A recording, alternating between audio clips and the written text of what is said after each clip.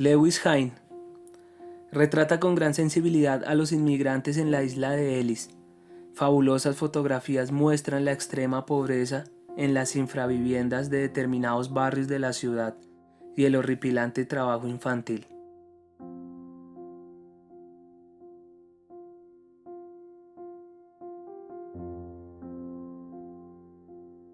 Highlanders Home, víctima del cambio climático. Una gran ola azotó un barrio pobre de Bandra, Mumbai, arrojando a un pescador de 40 años de su casa. Como fotoperiodista veo cómo todo se despliega ante mis ojos. He visto sequías, lluvias excesivas, veranos cada vez más calurosos e inviernos cada vez más fríos. Fotógrafo Shankyu Ma.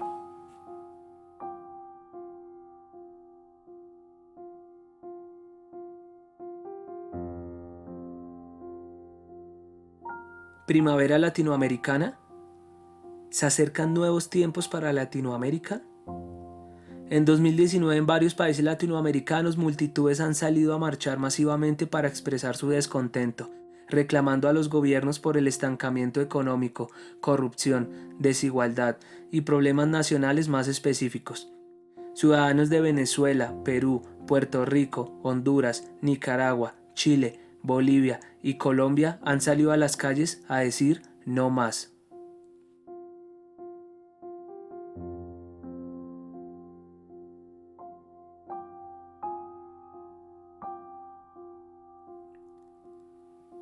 Beijing, China, enero 21. La pandemia mundial. El miedo se apodera de las calles. El nuevo coronavirus COVID-19 ha infectado a más de 19 millones de personas en 187 países del mundo. La cifra de decesos en todo el mundo pronto superará el millón. Colombia es el noveno país con más contagios de todo el mundo, después de Estados Unidos, Brasil, India, Rusia, Sudáfrica, México, Perú y Chile. Fotógrafo Kevin Freyer.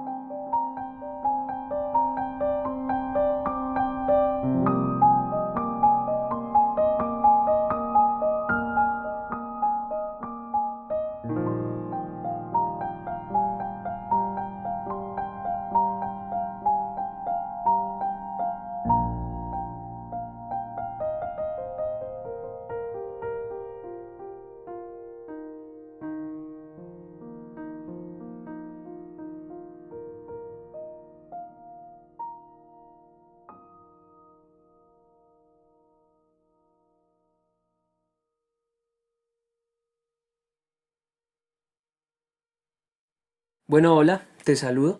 Bienvenido, bienvenida al Antroporadio.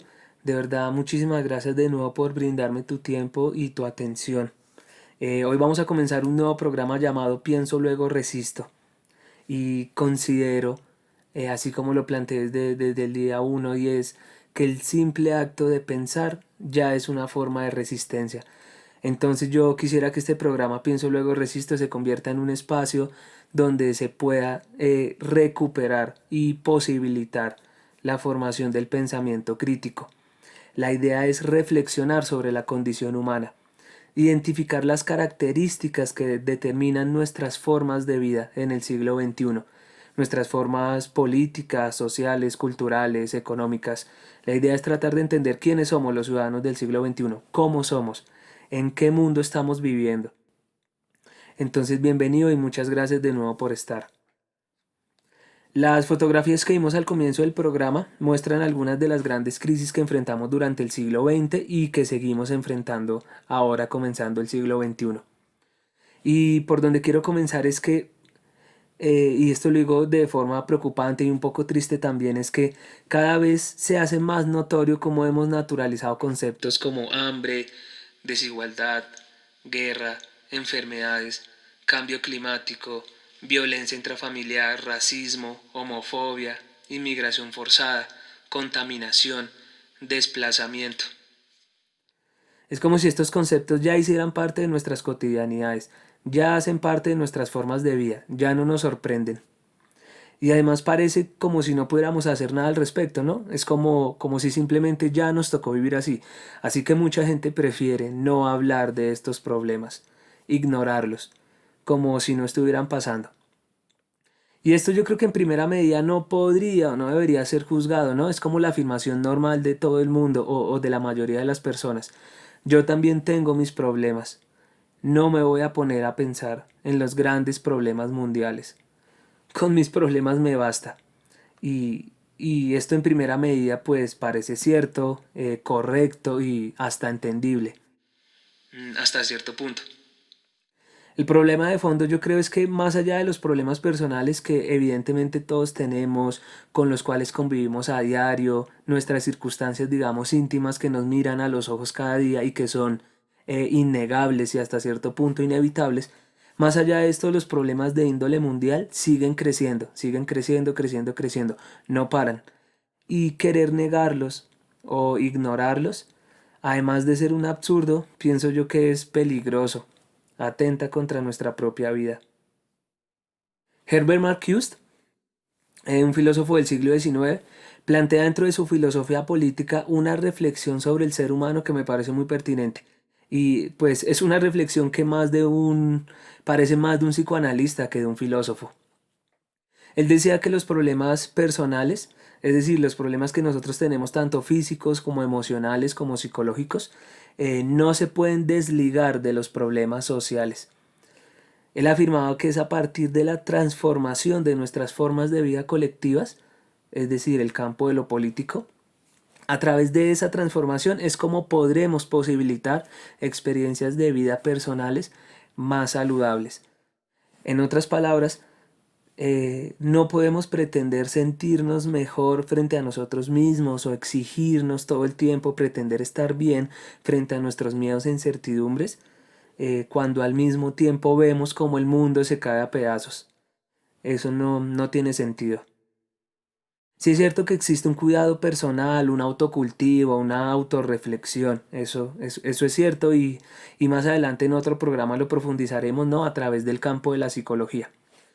Pero en términos generales yo pienso al igual que Marcuse que desligar un problema de otro es imposible. Se trabajan los dos al mismo tiempo, tanto lo personal como lo social, tanto lo individual como lo político. Lo personal a la luz de lo social y viceversa. Y una cosa es evidente es que si uno falla, el otro también. Y me parece importante que lo reconozcamos además en estas formas tan excesivamente occidentalizadas en las que vivimos, ¿no? Posiblemente si fuéramos monjes budistas o nómadas, pues nuestras formas de vida serían diferentes, al igual que nuestro trasfondo emocional, nuestro comportamiento. Pero en estas formas de la modernidad y sobre todo las nuestras tan occidentalizadas, pienso que desligar el debate personal del debate político es es absurdo. Y creo que esto es como poner una curita encima de algo, encima de una herida que necesita cirugía. Una amiga psicóloga me decía hace poco, y, y de hecho me lo decía de forma jocosa, y es que no deberíamos sorprendernos de sentirnos tristes o nostálgicos, o ver como en artículos de psicología ya ponen casi que a la depresión, a la ansiedad como enfermedades generalizadas, enfermedades mundialmente ya aceptadas. Ella me decía, ¿cómo no vivir, cómo no vamos a vivir en una sociedad triste si en las redes sociales todo el mundo parece estar feliz, todo el mundo parece tener una vida mejor que la de nosotros, risas, amigos, como que todo está bien, como si no pasara nada. Y uno abre el periódico o ve las noticias o se informa, digamos, de alguna forma y nos damos cuenta que el mundo se está cayendo a pedazos, como si el mundo se desmoronara frente a nosotros, pero a nadie le importa.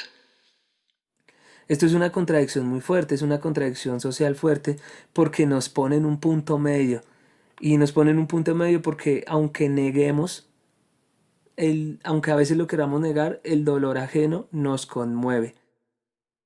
A veces lo queremos tapar con indiferencia o simplemente queremos ignorar el dolor de los demás, pero sabemos y nos damos cuenta que algo anda mal.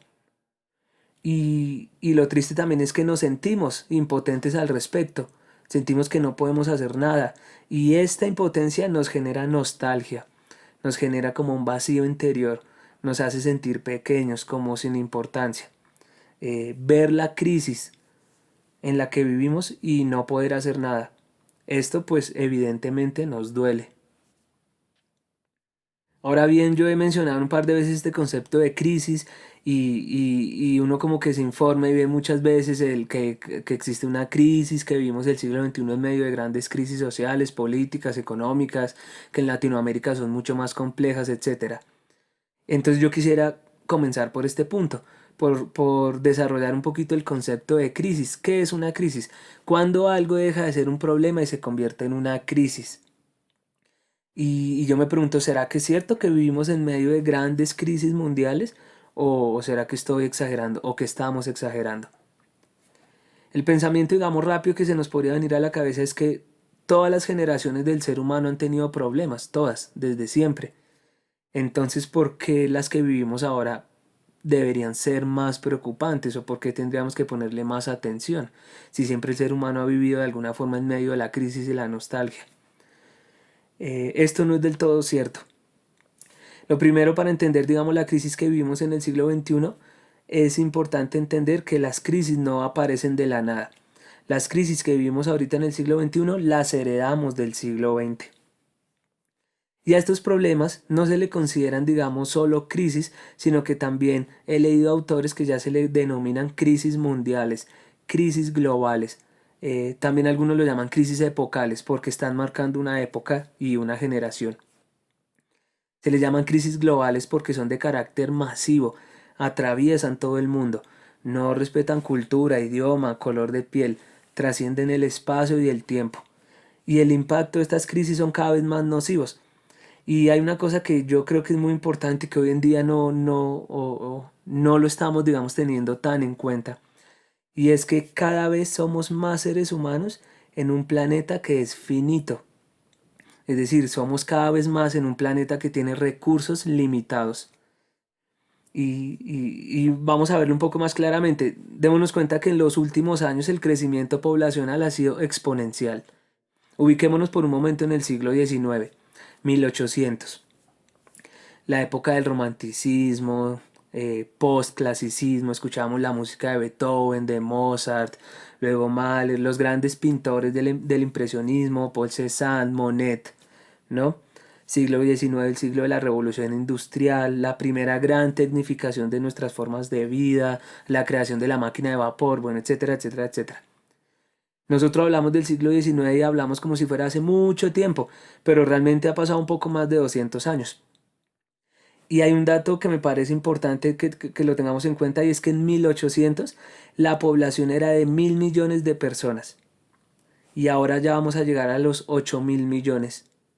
8 veces más en tan solo 2 siglos. El crecimiento ha sido exponencial.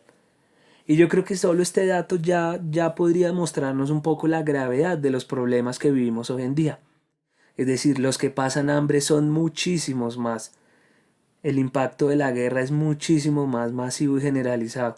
La brecha de la desigualdad cada vez es más amplia. Los pobres somos o son cada vez más pobres y cada vez muchísimos más. Y los ricos cada vez son menos. Pero esos pocos ricos cada vez tienen más poder. Entonces, asumir que nuestras crisis y las crisis que enfrentamos en el siglo XXI se pueden enfrentar o se pueden entender al igual que las crisis de hace algunos años o de hace algunos siglos, yo creo que es un error. Ni siquiera es comparable.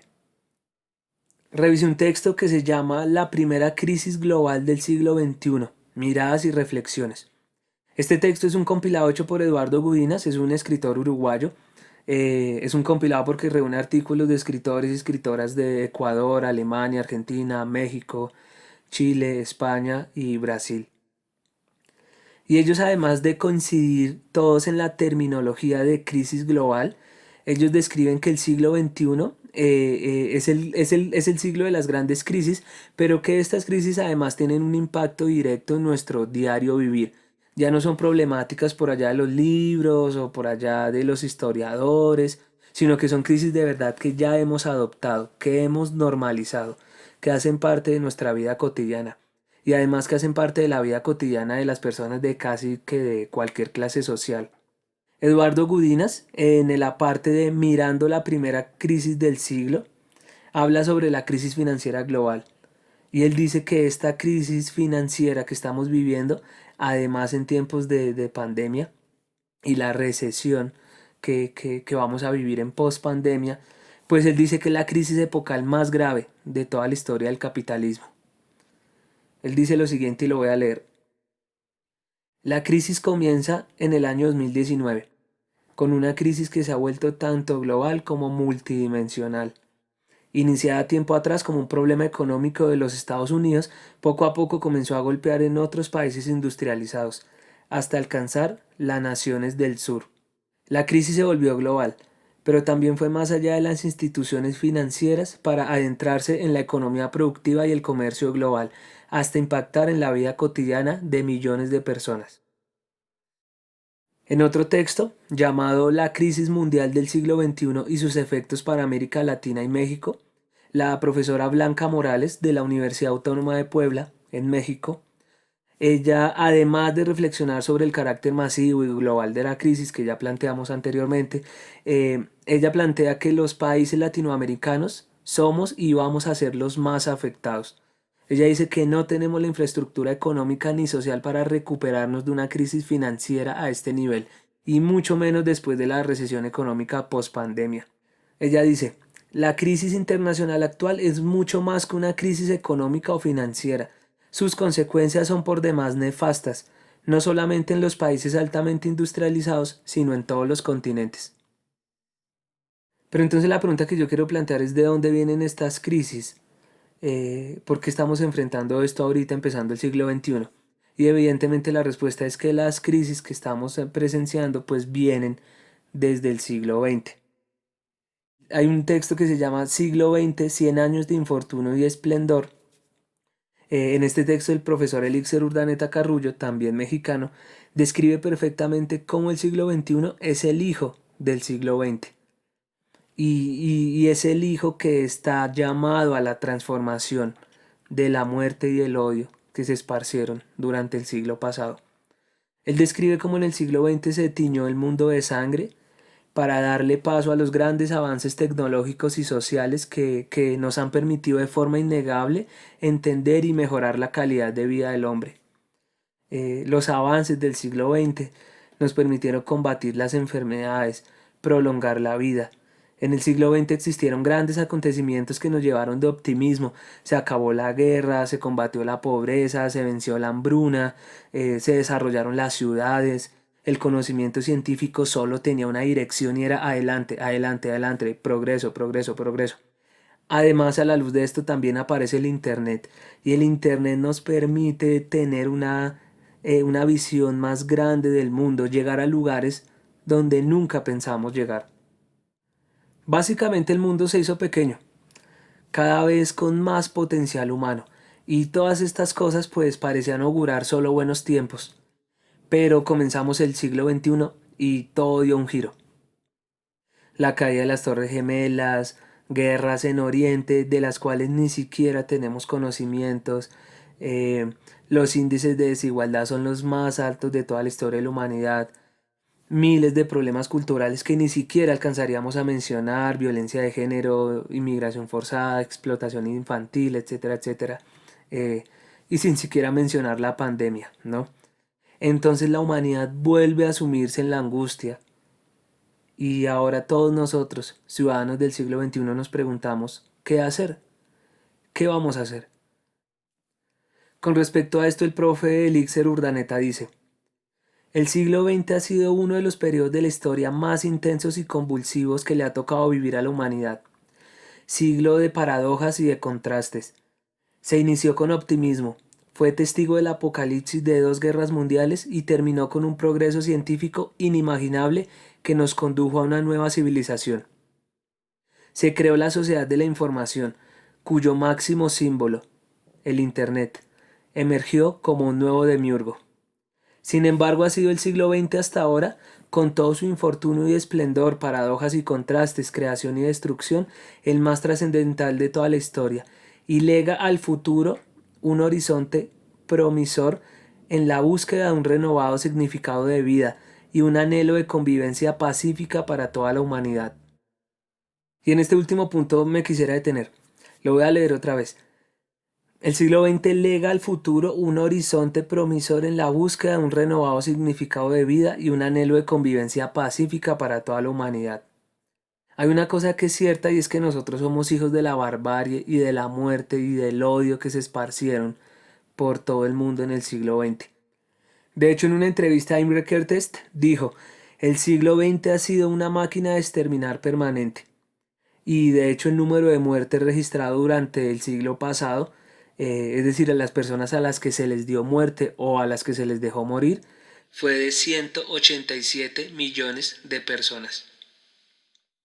Y con respecto a esto yo digo algo, nosotros somos hijos de la barbarie y la devastación, pero no por eso estamos condenados a repetir la historia. Es evidente que ahora en el siglo XXI está comenzando a crecer un sentimiento generalizado de rebeldía y transformación. Una humanidad que dice basta, que grita que el siglo XXI no será como el siglo XX. El profesor mexicano Bolívar Echevarría, uno de mis escritores favoritos sobre esta reflexión sobre la modernidad y las cualidades sociales y políticas del ciudadano del siglo XXI, en un libro que se llama ¿Qué es la modernidad? Él llama al siglo XX el siglo de las tinieblas. Y me parece que es una forma de las formas más acertadas para llamarlo. Pero ahora yo, siguiendo su pensamiento, quiero llamar al siglo XXI el siglo del amanecer. La era del amanecer. Entonces, después de todo este recorrido que acabamos de hacer, como tratar de entender un poco mejor este concepto, crisis, tratar de entender que sí vivimos en medio de grandes crisis del siglo XXI y que estas crisis no vienen de la nada o no son así un invento de los historiadores, sino que de verdad nosotros las heredamos de lo que pasó en el siglo XX. Pues después de ver todo esto, yo creo que la pregunta que está rondando tu cabeza es, ¿qué hacer? ¿Qué hacemos? Ya vimos el problema, pero ¿tenemos escape de él? ¿O simplemente nos queda aceptar que el mundo del siglo XX es en el que nos tocó vivir y tiene estas características específicas? Creo que la pregunta que todos nos hacemos es ¿podemos transformar? Y ya no solo podemos, sino ¿cómo podemos transformar? ¿Realmente podemos hacer algo frente a todo esto que está pasando? Y sin duda la respuesta es sí. Nosotros somos sujetos históricos y la historia es aquello que nosotros decidamos que sea la historia. La historia depende de aquello que nosotros decidamos cuál será nuestro porvenir. Como diría el presidente Pepe Mujica, presidente uruguayo, todos sabemos quién es y es súper recordado y será recordado a través de la historia de la humanidad, pienso yo. Él decía que el mundo que vamos a tener es el mundo que estemos dispuestos a construir. Entonces la pregunta o la cuestión no es si podemos hacer algo, la cuestión es que necesitamos hacerlo. Y yo creo que esta transformación es inevitable. Yo creo que va a pasar eventualmente. Más allá de que, digamos, el pensamiento colectivo al comienzo no se refuerce, no haya como esa luz o esa llama, esa fuerza colectiva que permita luchar por estas cosas, yo pienso que tarde o temprano esta transformación va a pasar. La pregunta de fondo y la pregunta que a mí personalmente me inquieta es cómo hacerlo, cómo generar de verdad cambios estructurales, cambios de fondo. Y para estas preguntas yo creo que todos podemos tener muchísimas respuestas y muchísimas propuestas, pero yo creo que, y lo he visto a través de mi experiencia, todas las respuestas que nosotros podamos dar decantan en una palabra que a mí evidentemente me encanta y que tiene muchísimo poder. Pedagogía. Yo pienso y considero que el punto es aprender sobre estas problemáticas para comenzar a profundizar y mirar campos concretos de acción. Esto es a través de una pedagogía social, una pedagogía liberadora, la cual hablaba Freire, una pedagogía popular, que hablemos sobre estas cosas, que nos escuchemos, que generemos debate, reflexión, que demos nuestros puntos de vista sobre estas problemáticas que ya desarrollé. De alguna forma yo considero que la idea es entender la tragedia para poder enfrentarse a ella. Entonces, ahora bien, teniendo en cuenta este concepto de pedagogía, yo también creo que la pedagogía tiene dos caras. Primero, la pedagogía de nosotros los adultos, que nosotros como adultos adquirimos, digamos, socialmente una responsabilidad de informarnos sobre lo que está pasando, informarnos con pensamiento crítico, yendo a las fuentes, comparándolas y sacando nuestras propias conclusiones. Y la otra cara de la moneda que para mí es muchísimo más importante es hablar sobre estos temas a los niños, a los adolescentes, a los jóvenes. Porque sin querer extenderme en esto, pensémoslo de forma concreta, el futuro está en las manos de ellos, de los niños, de los adolescentes y de los jóvenes. Y por eso yo considero que es importante que ellos conozcan las problemáticas del mundo en el que vivimos. Y yo considero que esto nos permitirá comenzar a construir desde las bases un proyecto de ser humano alternativo, no negando los problemas o tapándolos. Además es imposible, todos nos damos cuenta cómo los niños tienen un acceso a la información gigantesco, entienden las plataformas, saben cómo navegar, cómo aprender. Entonces yo pienso que esta pedagogía es vital, porque esta pedagogía nos va a dar los caminos necesarios para reflexionar sobre nuestra identidad personal a la luz de lo que estamos viviendo. No con miras a la insatisfacción o a la nostalgia o a la impotencia, como no, pues yo leo sobre esto, entonces me doy cuenta que no puedo hacer nada, sino yo creo que por el contrario, generar estos espacios de diálogo y de pedagogía, sobre todo con los niños, con los jóvenes y con los adolescentes, en disposición de construir y de transformar. Es evidente cómo de verdad nosotros aprendemos muchísimo más de los niños que ellos de nosotros. Y yo considero que los niños y los jóvenes tienen mucho por decir, tienen muchísimo por decir. Posiblemente en ellos es donde esté la clave para enfrentar el mundo turbulento que enfrentamos en el siglo XXI. Y por esto yo considero que una de las conclusiones importantes de este programa es que hay que mostrarles el mundo tal cual como es, para que juntos veamos cómo el sueño de un mundo diferente se convierte en realidad. Ya para terminar, en el próximo capítulo voy a hablar un poco más desde mi experiencia pedagógica. Yo tengo un grupo de investigación con unos niños y jóvenes y adolescentes en los cuales ya estamos dando estos debates y ya estamos reflexionando sobre estas problemáticas. Entonces quisiera que un poco conociéramos qué piensan los niños y los jóvenes sobre las grandes crisis mundiales que estamos enfrentando en el siglo XXI. Además, yo en este grupo de investigación propongo una reflexión desde el pensamiento artístico, desde la enseñanza artística, y quisiera que viéramos juntos cómo a través del arte los niños y los jóvenes se sensibilizan frente al mundo, y no solo frente al mundo, sino frente a ellos mismos. Solo me queda decir de verdad que muchísimas gracias, de verdad muchísimas gracias por escuchar, gracias por pertenecer, gracias por participar. De verdad valoro mucho tu presencia y espero volver a encontrarnos para seguir construyendo desde la palabra. Muchas gracias y te envío un abrazo.